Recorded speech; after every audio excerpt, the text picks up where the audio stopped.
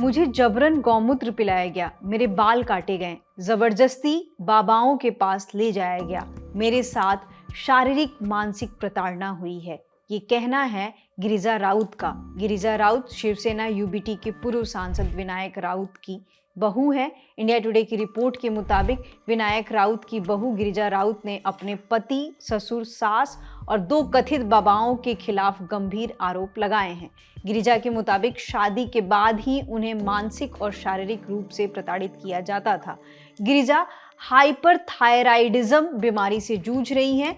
Hyperthyroidism एक ऐसी बीमारी है जिसमें गले में मौजूद थायराइड ग्लैंड जरूरत से ज्यादा हार्मोन बनाने लगती है, लेकिन इलाज कराने के बजाय उनसे तरह तरह के धार्मिक और तांत्रिक रिचुअल कराए गए। साथ ही उन्हें एंटी डिप्रेसेंट दवाएं भी दी गई। गिरिजा ने आरोप में 2 बाबाओं के नाम भी लिए हैं। गिरिजा ने कहा कि उन्हें कई बार खुद को चमत्कारी बताने वाले बाबाओं, जिनमें फिरोज बाबा, काजी बाबा के पास उन्हें ले जाया गया, जहां उनके साथ अलग अलग तरह के रिचुअल कराए गए। गिरिजा का यह भी आरोप है कि उनके साथ ब्लैक मैजिक हुआ। अब सवाल ये आता है कि गिरिजा के साथ ऐसा क्यों किया गया है। इस पर गिरिजा का कहना है कि उनके ससुराल वाले मानते हैं कि घर और शादी में आ रही परेशानियां किसी बुरी शक्ति या जादू टोने की वजह से है। गिरिजा ने अपने पति गीतेश राउत पर भी आरोप लगाया। उनके पति शादी के बाद कंज्यूमेट मैरिज नहीं बना पा रहे थे। मतलब अगर कोई व्यक्ति ये बोलता है the marriage was not consummated, means पति पत्नी के बीच में शारीरिक संबंध नहीं बन पाए हैं। गिरिजा का स्टेटमेंट है कि एक्सट्रीम ट्रॉमा का केस हुआ है, जिसमें डे 1 से हम लोगों को झूठ बोल के फंसा के हमारा शादी के बाद भी मेरा टॉर्चर जारी रख के अघोरी काम करके रॉन्ग मेडिकल ट्रीटमेंट्स देके मेरा इनह्यूमन ट्रीटमेंट्स इसके और इसके परिवार ने देके मेरा लाइफ स्पॉइल किया है। मैंने जितने आरोपी इसमें मेंशन किए हैं, टोटल 9 पीपल, इन सब का इक्वल कंट्रीब्यूशन है मेरा लाइफ स्पॉइल करने में, मुझे इल ट्रीट करने में। तो सबको उनके क्राइम के लिए जो सुटेबल है वो पनिशमेंट कोर्ट ने और पुलिस ने देनी चाहिए, ये मेरी रिक्वेस्ट रहेगी और मुझे पूरी जस्टिस मिलनी चाहिए। नहीं, ये सब झूठ है। विनायक राउत और उनके फैमिली ने मेरे पे और मेरे फैमिली पे पूरे झूठे एलिगेशंस लगाए हैं, क्योंकि मैंने या मेरे फैमिली ने कोई मॉनेटरी डिमांड्स नहीं किए हैं। और कैश गिनने का जो बात है, घर में काउंटिंग मशीन होने के अलावा गीतेश हमेशा मुझे कैश गिनवा के ये करवाता था। और एक सिचुएशन में हेल्थ इश्यूज होने के बावजूद उसने अप्रोक्सीमेट 18 लाख मुझसे हाथ से गिनवा के लिए थे।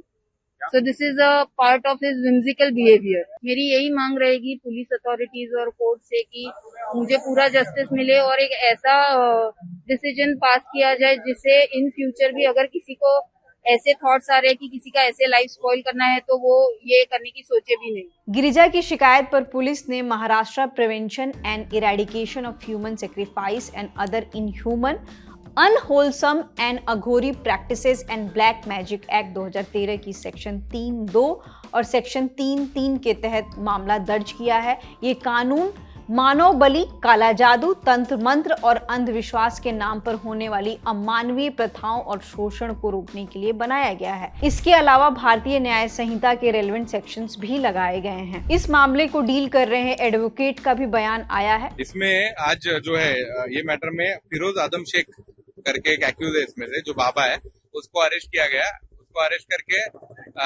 ये किया गया, कोर्ट के सामने हाजिर किया गया। कोर्ट के सामने हाजिर करने के बाद पुलिस ने 7 दिन का रिमांड मांगा था। इसमें कंप्लेनेंट की तरफ से मैंने आर्ग्यू किया, शिंदे मैडम जो सरकारी वकील है उन्होंने स्टेट की तरफ से आर्ग्यू किया और एक्यूज के जो एडवोकेट है उन्होंने एक्यूज की तरफ अपनी वो रखा, पक्ष रखा। इसमें 2 दिन का पुलिस कस्टडी कोर्ट ने मंजूर किया है। इसमें अभी वांटेड है जो 6-7 जो आरोपी है, इसमें इनलॉज है इनके और बाबा है, ये वांटेड है। जो रिमांड रिपोर्ट में भी उन्होंने पुलिस ने लिखा है। तो ये लोग अरेस्ट जल्दी से जल्दी हो करके हम इसके लिए डिमांड करते हैं। इस मामले में विनायक राउत का भी बयान आया है। रिपोर्ट के मुताबिक विनायक ने इन सारे आरोपों को खारिज किया है। विनायक ने कहा, ये केस सरासर झूठा केस है, झूठा इल्जाम हमारे ऊपर लगा गया है। दुर्भाग्य से जिस तरीके से केस की है उस केस में उन्होंने लिखा है कि 2018 से 2022 तक हमारे ऊपर बाबागिरी का ऐसा प्रयोग किया जा रहा था और उस वक्त जब जब बाबा के पास जाते थे तब तक मेरी माँ और मेरे पिताजी मेरे साथ रहते थे। जब उनकी पिताजी और उनकी माँ उनके साथ रहते थे तो बाबागिरी के खिलाफ उन्होंने शिकायत क्यों नहीं की, ये मेरा पहला सवाल तो रहेगा। साथ साथ में 2022 के बाद आज 2026 है, ये 4 वर्ष तक इसके बारे में आपने शिकायत क्यों नहीं की, ये भी एक बहुत बड़ा प्रश्न हो सकता है। लेकिन इसका उत्तर एक है कि उन्होंने जो डीवी फाइल किया है, यानी उनके साथ जब डिस्कशन हमारे एडवोकेट का चालू था तभी पहली बार उन्होंने एडवोकेट के पास 5 करोड़ रुपए की मांग की। 5 crore plus 2 lakh per month किया था। 3 बेडरूम किचन का एक फ्लैट मांगा था, गार्डन विद टेरेस गार्डन के साथ। फिर साथ साथ में ऑटोमेटिक कार की मांग की थी, वो हमने मंजूर नहीं की। तो उसके बाद अभी जो ये डीवी आया है, अभी जो ये डीवी है फ्रेश डीवी, इस डीवी में हर माह 5 लाख रुपए देना चाहिए। उसके बाद परमानेंटली 10 करोड़ की मांग उन्होंने की है। साथ साथ में और एक पॉइंट निकाल के उसने और 2 करोड़ की मांग की है, यानी 12 करोड़ उनको एक साथ मिलना चाहिए। साथ साथ में हर माह में 5 लाख रुपए की मांग की और उसके बाद और भी घर और गाड़ी की डिमांड उनकी है। ये जो डीवी में अभी जो ये डिमांड किया है उसके ऊपर प्रेशर आना चाहिए और ये उनकी डिमांड मंजूर होनी चाहिए।